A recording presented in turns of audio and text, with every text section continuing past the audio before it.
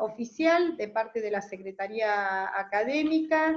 Muchas gracias a todos los presentes, seguramente se irá sumando más integrantes. Le damos las gracias tanto a Marco, local, que tuvo la iniciativa de este taller, conversatorio, online, y a Roberto, compartir desde Santiago de Chile también esta charla y esta enseñanza, porque para muchos de nosotros es una enseñanza. Así que en el marco de estos conversatorios, que ya llevamos más de 40, aprovechando la posibilidad de estar en casa, tomar un mate y de paso aprender, no tengo más que palabras de agradecimientos para Roberto Opaso Barrientos, y bueno, estamos a disposición para seguir llevando a cabo todos estos planes que hicimos en un ratito. Muchas gracias y Gracias mucha suerte en la conferencia. Muchas gracias, Claudia. Muy bien. Entonces damos comienzo a este conversatorio que hemos decidido llamar Hacia un nuevo derecho. Bien, aproximaciones sobre la incidencia del coronavirus en el derecho local, regional e internacional. Con el doctor Roberto Opaso Barrientos. Hola, ¿cómo estás, Roberto? Marco, muchas gracias por la invitación, un honor. Nos une una gran amistad. Recién recordábamos el encuentro fraternal que hemos tenido hace 3-4 años atrás en Santiago de Chile. Exacto. Donde estábamos llevando adelante un imaginario que tenía que ver con desarrollar cuestiones del derecho, pero de un nuevo derecho, o sea, de una nueva forma de entender el derecho. Y de ahí parte también un derecho sustancial que va a ser nuevo. Exacto. Me interesaría escuchar, Roberto, un poco tu historia a la fecha, qué significa la revista Nuevo Derecho y hacia dónde vamos próximamente en las mejores salas. Adelante. Perfecto. Muchas gracias, Marco, por la invitación. Un saludo fraterno a todos los asistentes que están viendo este conversatorio. Respondiendo a tu pregunta, cuando uno habla del derecho y uno empieza a estudiar, tú te das cuenta que existe casi un mundo muy dogmático, en definitiva, que es casi que intocable, hay verdades, hay ciertos dogmas, que a veces sí, son pilares que en definitiva fundan el conocimiento y muchas veces nutren, ¿cierto?, la ciencia y las nuevas formas de discutir. Pero cuando tú tratas de criticar o a lo mejor entrar un poco o hilar más fino en estos dogmas jurídicos, te das cuenta que hay un cierto rechazo a, oye, esto se ha tratado así por un asunto de pacto social, venimos tratando estos temas desde 1800, entonces son temas que están totalmente anquilosados al ordenamiento jurídico de cada país. Me imagino, al menos así acá en Chile, imagino que en Argentina debe ser a lo menos similar. Entonces, esa tradición jurídica que hay que respetar, por supuesto. Yo en ningún caso piensen que estoy planteando, abolamos estas maneras de pensar o de venir tratando el derecho, pero tratar de ir desarrollándolo. Y eso es una materia que pueden hacer desde los estudiantes hasta los profesionales con más experiencia.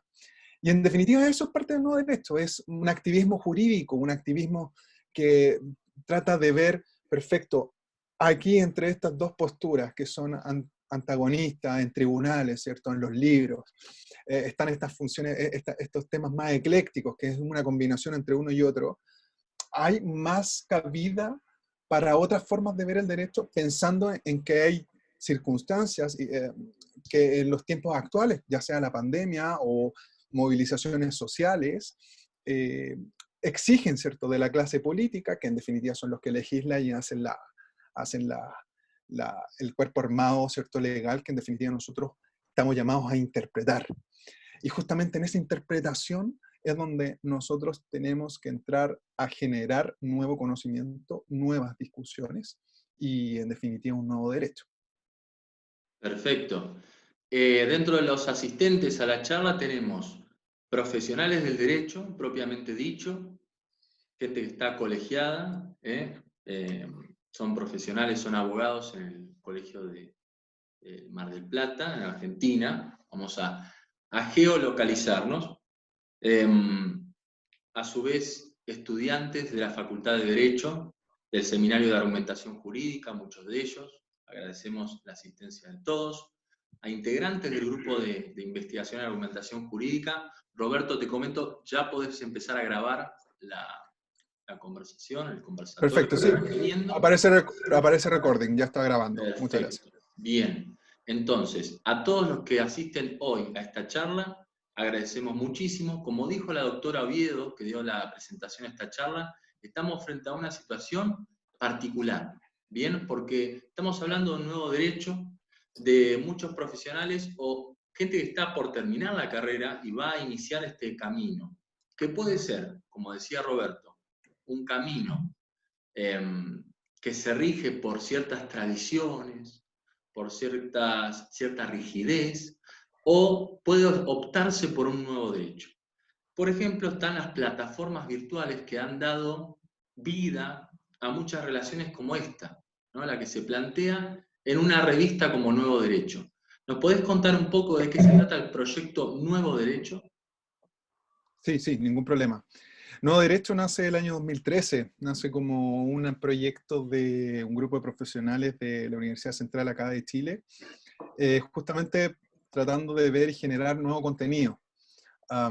Y nos dimos cuenta que fue tomando vuelo, fuimos llamando a más personas, combinamos un grupo de 10 profesionales, que en el día de hoy se distribuyen por distintas aristas del derecho, algunos en el sector público, otros en el sector privado, otros independientes, otros ya en empresas, otros en el sector, en organismos públicos o sin fines de lucro.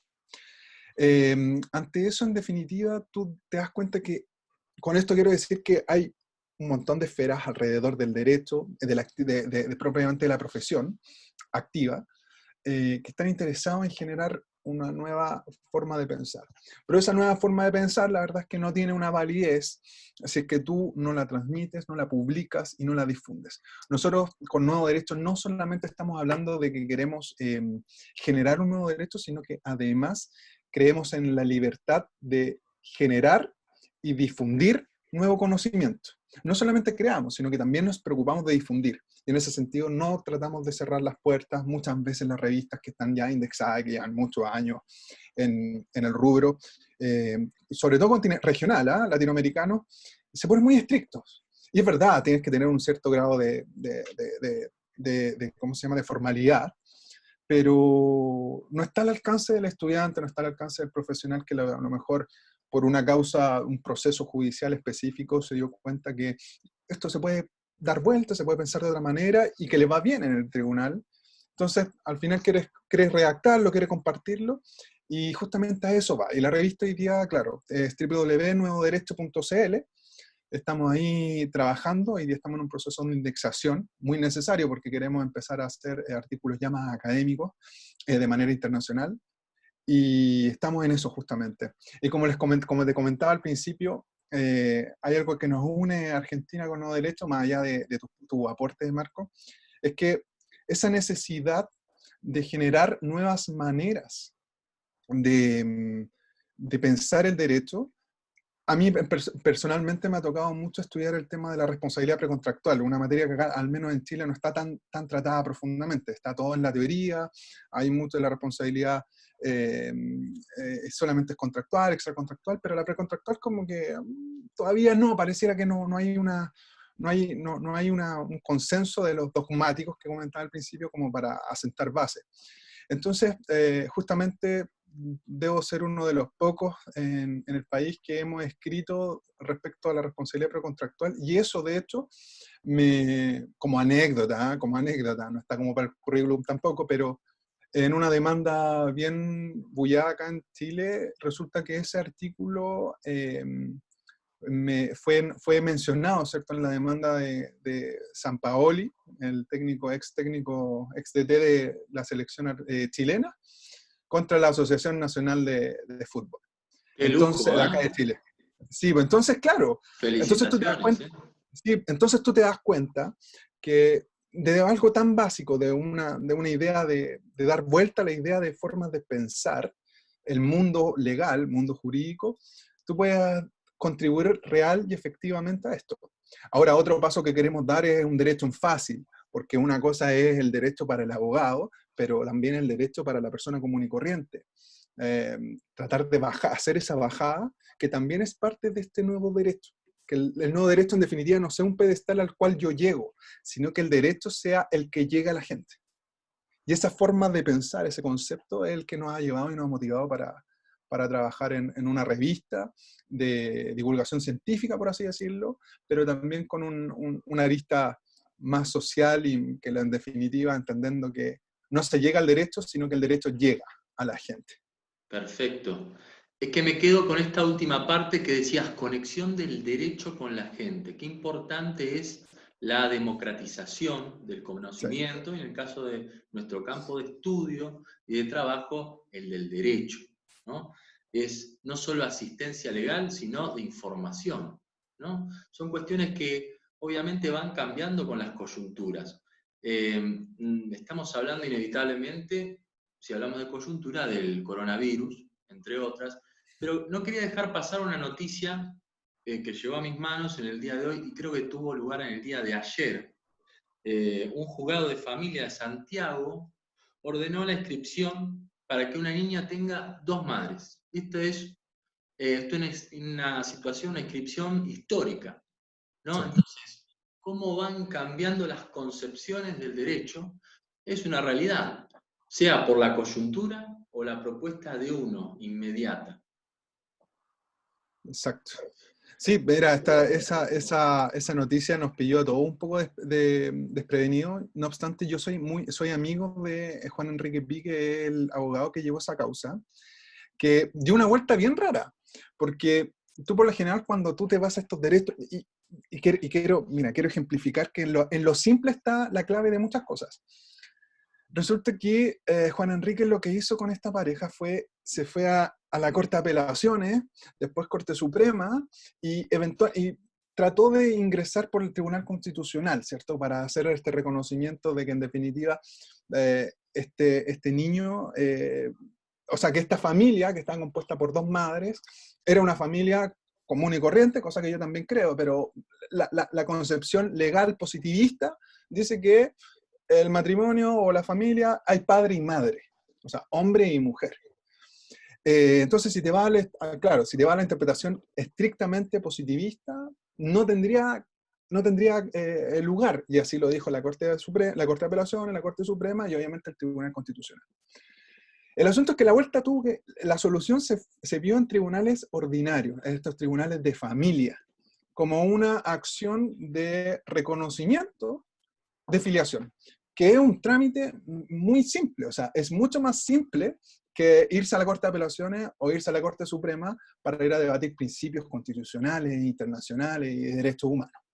Entonces, al final, en la acción más simple, Juan Enrique logró este acierto que en definitiva es un reconocimiento que da la esperanza a muchas familias acá en Chile para poder adoptar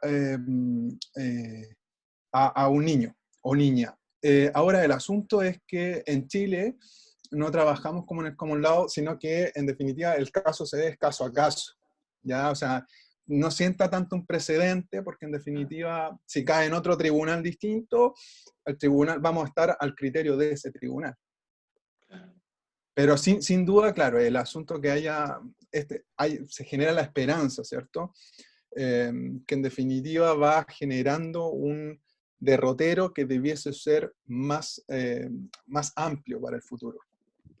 Totalmente, y las miras estarán puestas tal vez en el cambio de cuestiones estructurales de nuestras concepciones mentales que luego impactan en el derecho, las cuestiones sociales.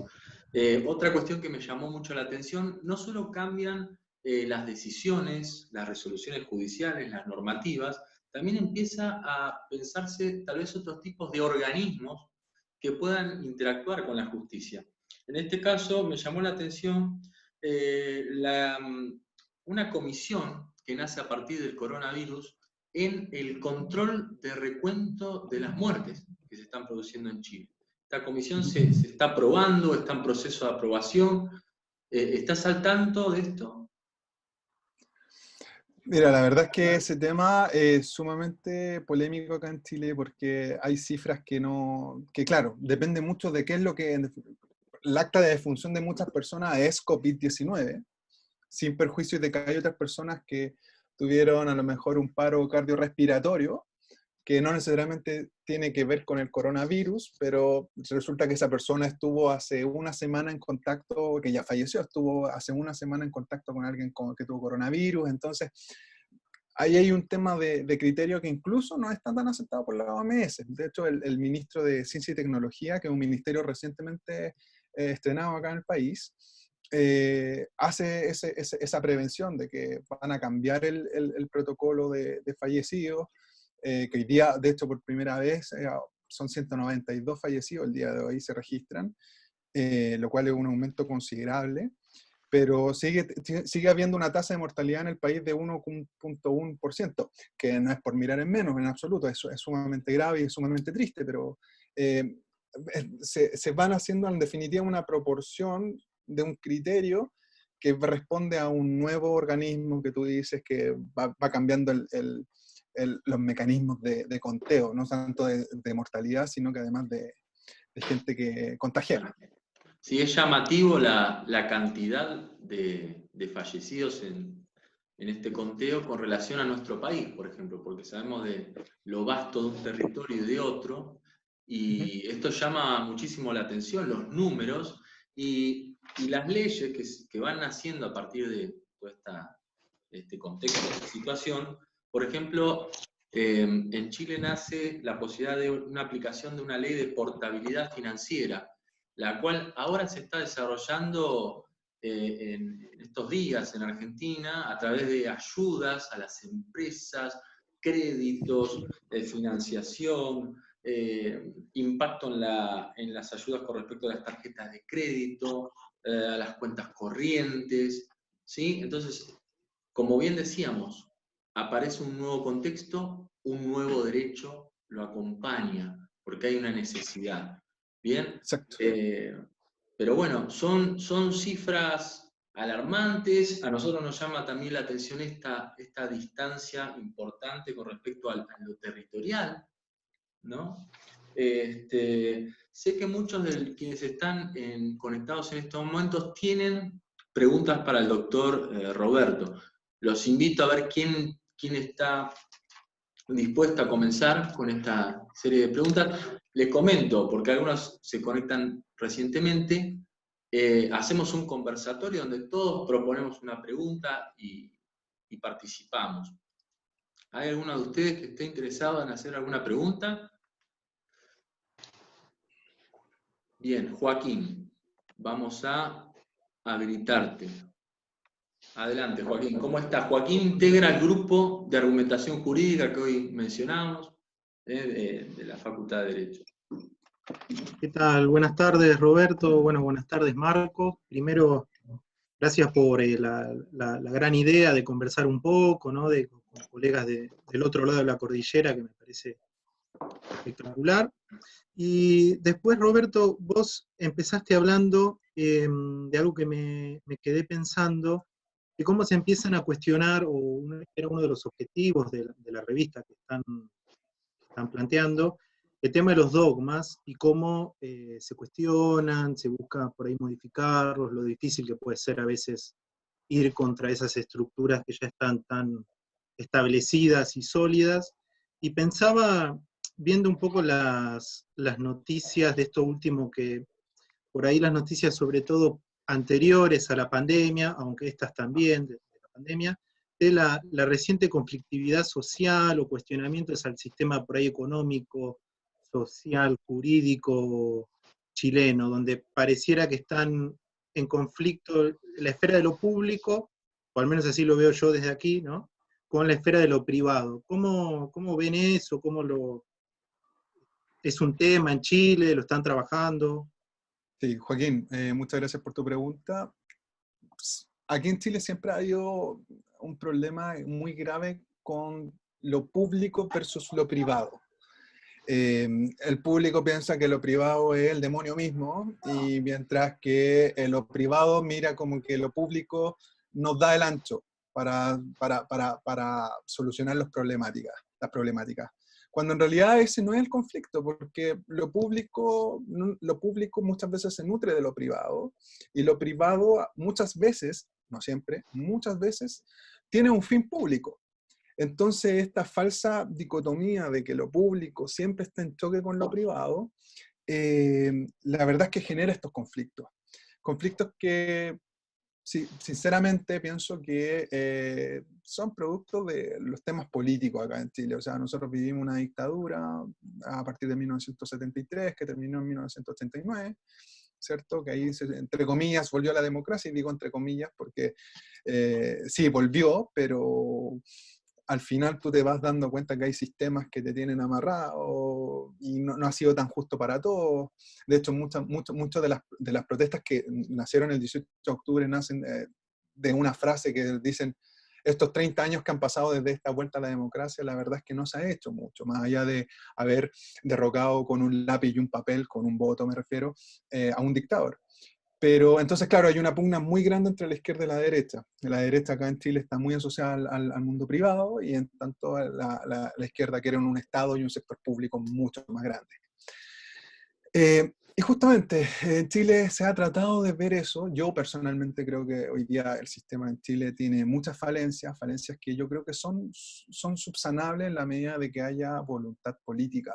Lamentablemente el mundo jurídico tiene en cierta parte una cuota política, ya sea porque el legislador es el que define el derrotero legal de muchas cosas, y creo que ahí es donde nosotros, justamente, la labor del abogado propiamente tal, está en no solamente defender casos o defender una postura, sino que interpretar, y en esa interpretación es donde nacen nuevas formas de conocer.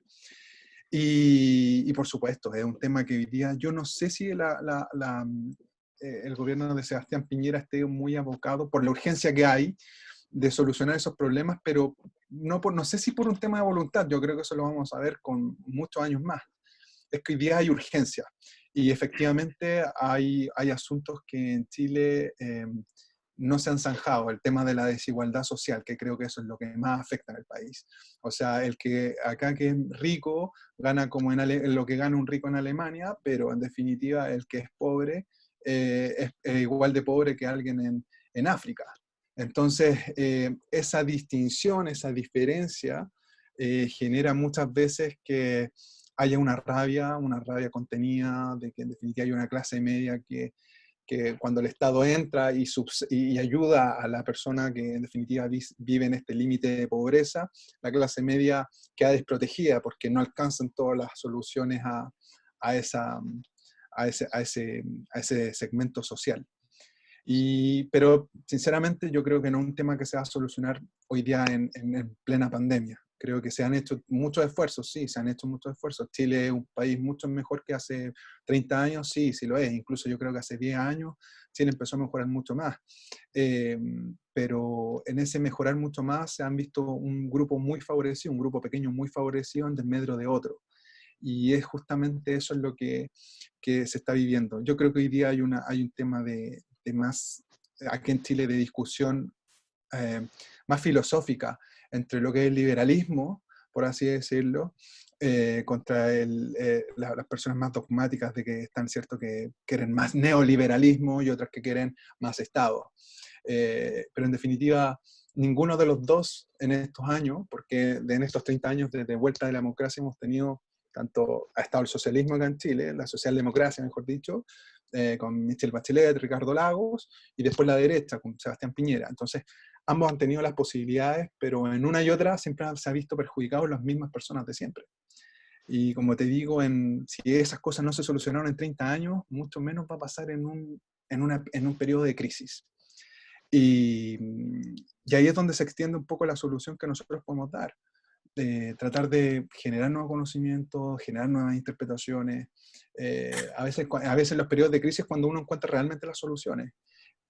Pero hoy día, justamente, como decía Marco, nombraste la ley justamente de cambio de portabilidad financiera. que claro, uno dice acá de portabilidad financiera, es decir, que tú tu cuenta de ahorro que tienes en un banco la puedes llevar a otro banco sin problema. O sea, ¿no? En definitiva, tú te llevas tu plata, llevas las mismas condiciones, te la llevas a otro banco. En definitiva, para hacer el mercado o sea, que compitan más entre las bancas y puedas tener la libre elección de a lo mejor cambiar tus créditos, de a lo mejor mejorar las condiciones en las que la aprobaste. Y son situaciones que uno dice, se vieron en periodo de crisis, pero generan cambios a largo plazo. O sea, es un beneficio siempre para el ciudadano, pero son temas que a lo mejor no a todos les beneficia. O sea, mucha gente que está fuera de esta línea de la pobreza no tiene cuenta bancaria, tiene la cuenta bancaria que te da el Banco Estado. Entonces, en ese sentido, es difícil ver una solución desde mi punto de vista, ahora en pandemia. Creo que es un momento que Chile tiene que empezar a discutir realmente qué es lo que quiere. Porque en 30 años hemos tenido de A y B, y A y B no nos ha gustado. En esta discusión, Roberto, sí. discúlpame, que mencionás sí, adelante. una discusión justamente que tiene que ver con cómo se llevan muchas cuestiones adelante, entre ellas cuestiones que atañen a la justicia. Tengo dos personas que quieren preguntar, una es Mariano y otra es Macarena. Sí. Mariano va a hacer la siguiente pregunta, que justamente tiene que ver con esto, con cuestiones relativas a lo que está ocurriendo en materia de justicia actualmente. Hola, buenas tardes, Roberto. ¿Cómo estás? Mariano, muy bien, muchas gracias. Mucho gusto. No, quería preguntarte actualmente y como consecuencia de la situación del COVID-19 allá en Chile, ¿cómo está funcionando la justicia? Principalmente la parte civil y comercial. Me interesa porque yo trabajo en un juzgado civil y comercial y constantemente hay modificaciones, se está atendiendo mucho la digitalización y bueno, me interesaría la experiencia tuya que puedas compartir. Sí, Mariano, ningún problema, mucho gusto. La verdad es que se ha empezado a aplicar mucho Zoom. Algunos comparendo en Zoom, se ha tratado de trabajar, se ha dejado de trabajar físicamente en los juzgados, lo cual ha traído de dulce y a gras. Justamente nosotros en Chile hace como 5 años atrás empezó el tema de la tramitación electrónica. Hoy día tú presentas escritos con firma electrónica avanzada a través de buzones electrónicos dentro de plazo, lo cual es muy beneficioso porque un abogado que esté acá en Santiago de Chile puede tramitar una causa en la Patagonia chilena, o sea, no tiene ningún problema. Ahora el asunto es que, como ha pasado, cuando tú democratizas de tal manera y electrónicamente el acceso a la justicia, la demanda aumenta. Entonces hemos visto mucho atostamiento de causas. Por lo general el abogado antes, cuando tramitaba con papel y lápiz, iba una vez a la semana al tribunal, hoy día va por buzón todos los días, ingresa escritos, ingresa solicitudes, lo cual retrasa el sistema. Entonces, esa es una primera observación de que hoy día tramitamos electrónicamente en cuanto a civil y comercial, que aquí los juzgados civiles ven ambas materias, civil y comercial, ven la misma. Entonces, claro, justamente se ha pensado incluso hacer tribunales especiales para temas societarios, por justamente este aumento.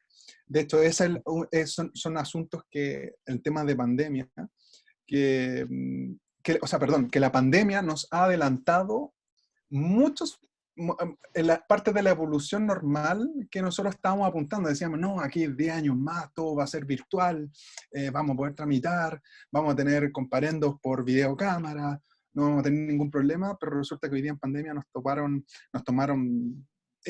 o sea, no estando tan bien preparados, y resulta que decimos, vamos a tener que generar más tribunales, eso aumento de gasto fiscal, vamos a tener que especializar algunos tribunales, y en definitiva ha traído esas soluciones un poco forzosas que no se van a solucionar en este periodo de pandemia. Lo más probable es que en el próximo año, a lo mejor, recién